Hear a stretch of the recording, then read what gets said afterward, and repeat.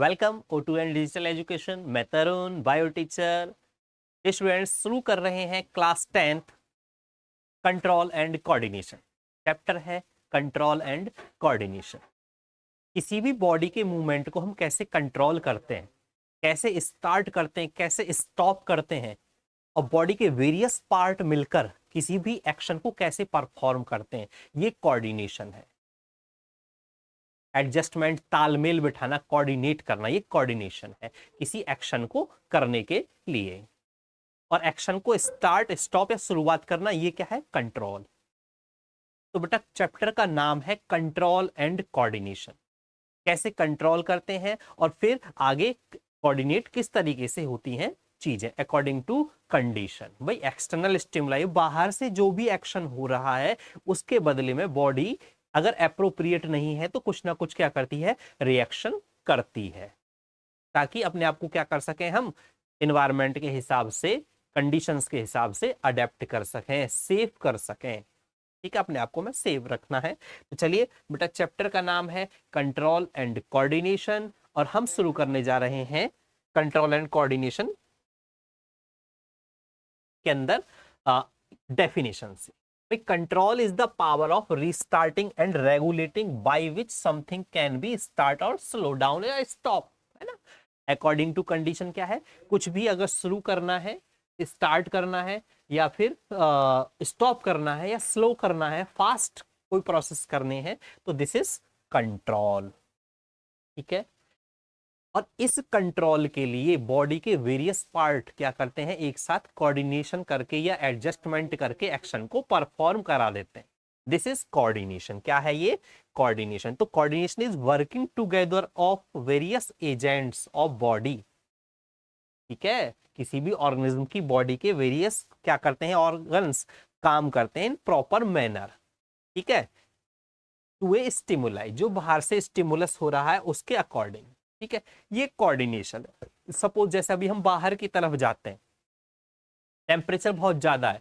अगर टेम्परेचर ज्यादा है तो बॉडी की जो एपिडर्मल टिश्यूज हैं वो क्या कर रहे होते हैं? स्वेट ग्लैंड्स को एक्टिव करते हैं, जिसकी वजह से जो हमारा थर्मल सिस्टम है ना, जो बॉडी का जो टेम्परेचर रेगुलेशन का सिस्टम है, वो क्या रिलीज करता है? स्वेट, पसीना बाहर निकलता है ताकि टेम्परेचर लो हो सके, क्योंकि बॉडी 37 डिग्री सेल्सियस पर ही क्या कर सकती है?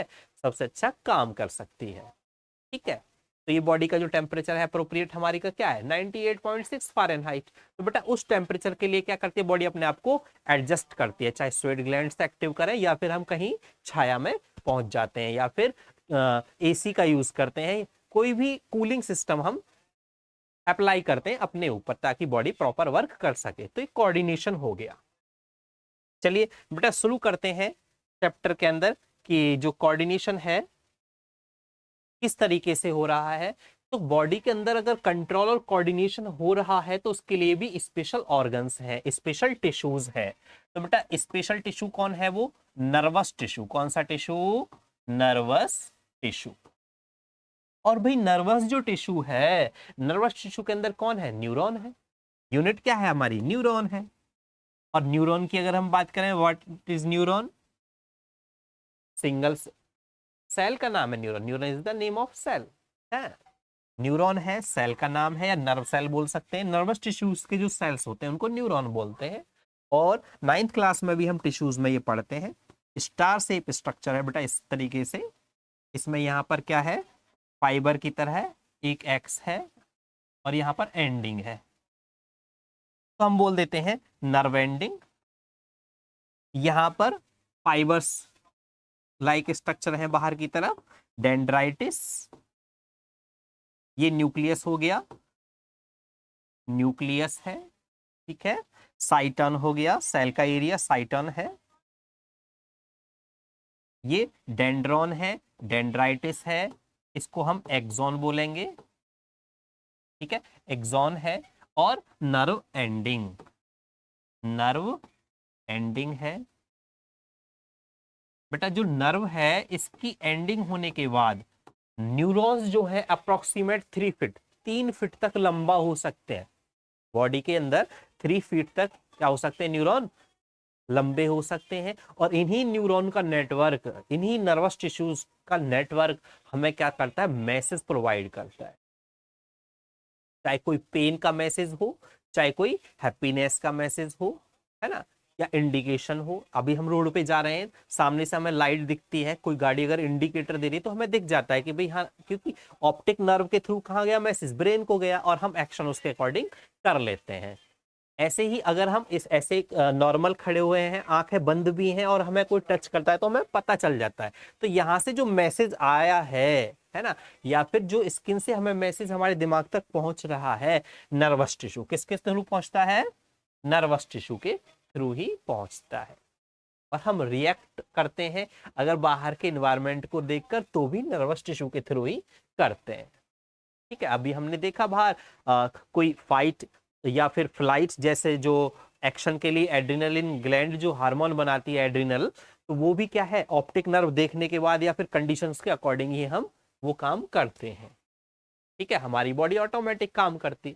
तो nervous tissue is responsible for these all activities. Clear हुआ?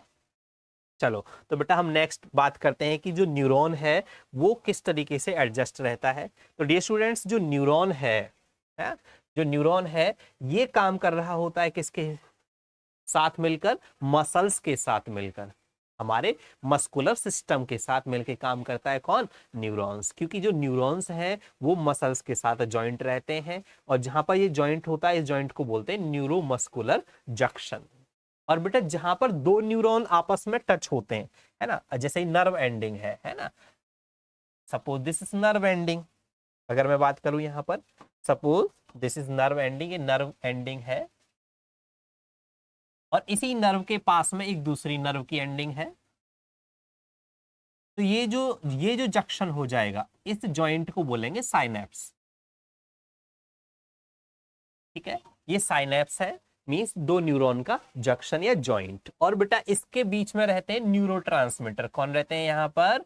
न्यूरोट्रांसमीटर रहते हैं, जो क्या करते हैं, मैसेज को फॉरवर्ड करते हैं। कुछ आयंस होते हैं जो क्या करते हैं, यहां से मैसेज को इधर फॉरवर्ड करते हैं, ताकि जो मैसेज है from bottom to top means brain तक फॉरवर्ड किया जा सके। बेटा ये बड़ा आसान सा है, but very important and good system है ना, बॉडी का नर्वस सिस्टम है, बहुत ही इंपॉर्टेंट है। एक्सॉन है, ये एंड पार्ट जो था, यहां पर ये मसल्स के कांटेक्ट में आ गया, तो neuromuscular junction. For these all activities energies must, क्या चाहिए भाई? एनर्जी चाहिए। तो माइटोकॉन्ड्रिया को भी यहाँ पे शो किया गया है, mitochondria production of energy in the form of ATP, you know very well, adenosine triphosphate. Respiration chapter में हम पढ़ते हैं ना mitochondria, respiration function, function of mitochondria. तो वहां पे एनर्जी का फॉर्मेशन शो किया गया, एक्सप्लेन होता है। तो कोई भी मेटाबॉलिक एक्टिविटी अगर बॉडी के अंदर हो रही है तो एनर्जीज, ठीक है, तो माइटोकॉन्ड्रिया तो यहाँ पे होंगे ही। तो बेटा ये न्यूरॉन का स्ट्रक्चर था, नर्व एंडिंग है, एक्सॉन है, डेंड्राइट है, न्यूक्लियस है, सेल का बॉडी, या साइटन बोल देते हैं इसको, साइटन ही बोलते हैं। ओके, तो ये हो जाता है हमारा nervous tissue. After nervous tissue coordination जो हो रहा है, ये नर्वस टिश्यू किस तरीके से एडजस्टमेंट करते हैं। कभी कभी हम हॉट ऑब्जेक्ट को एक साथ टच करते हैं, तुरंत हाथ खींच लेते, तो उसके बाद देखते हैं कि हमारा हाथ इससे क्यों टच हो गया था। Means without thinking some action takes place without thinking, कुछ एक्शन है जो बिना सोचे समझे ही हो जाते हैं, तो बेटा वो एक्शन होते हैं रिफ्लेक्स एक्शन। विदाउट थिंकिंग जो एक्शन हो रहे हैं रिफ्लेक्स एक्शन है। चलिए बात करते हैं कि रिफ्लेक्स एक्शन क्या है और कैसे होते हैं। बेटा मैसेज है, मैसेज आता है या फिर हॉट ऑब्जेक्ट को जैसे ही हम टच करते हैं तुरंत ही क्या है, हमारे ब्रेन स्पाइनल कॉर्ड के पास पहले मैसेज पहुंचेगा। स्पाइनल कॉर्ड तुरंत ही कहता है पहले हाथ हटाइएगा, उसके बाद फिर हम थिंकिंग लेवल पर सोचते हैं, थिंकिंग लेवल पर पहुंचते हैं, उससे पहले काम हो चुका होता है। तो बेटा ये एक्शन है रिफ्लेक्स एक्शन। ठीक, तो रिफ्लेक्स एक्शन वास्तव में क्या है? रिफ्लेक्स एक्शन एक ऑटोनॉमिक है, वॉलेंटरी है, रैपिड रेस्पॉन्स है अगेंस्ट स्टिमुलस। भाई स्टिमुलस बाहर से जो हुआ उसके लिए एक रैपिड रेस्पॉन्स है, ठीक है, जिसके अंदर क्या है, जिसमें बॉडी को हार्मफुल एक्टिविटी से या फिर डैमेज से बचाता है बॉडी को।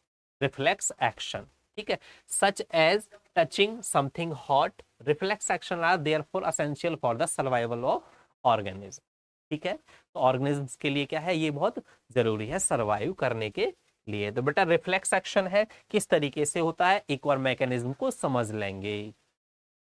बॉडी के अंदर जो नर्वस सिस्टम है वो दो तरीके से डिवाइड कर रखा है हमने पोजीशन के बेस पर। एक है हमारा सेंट्रल नर्वस सिस्टम और एक हो जाता है पेरिफेरल, है ना।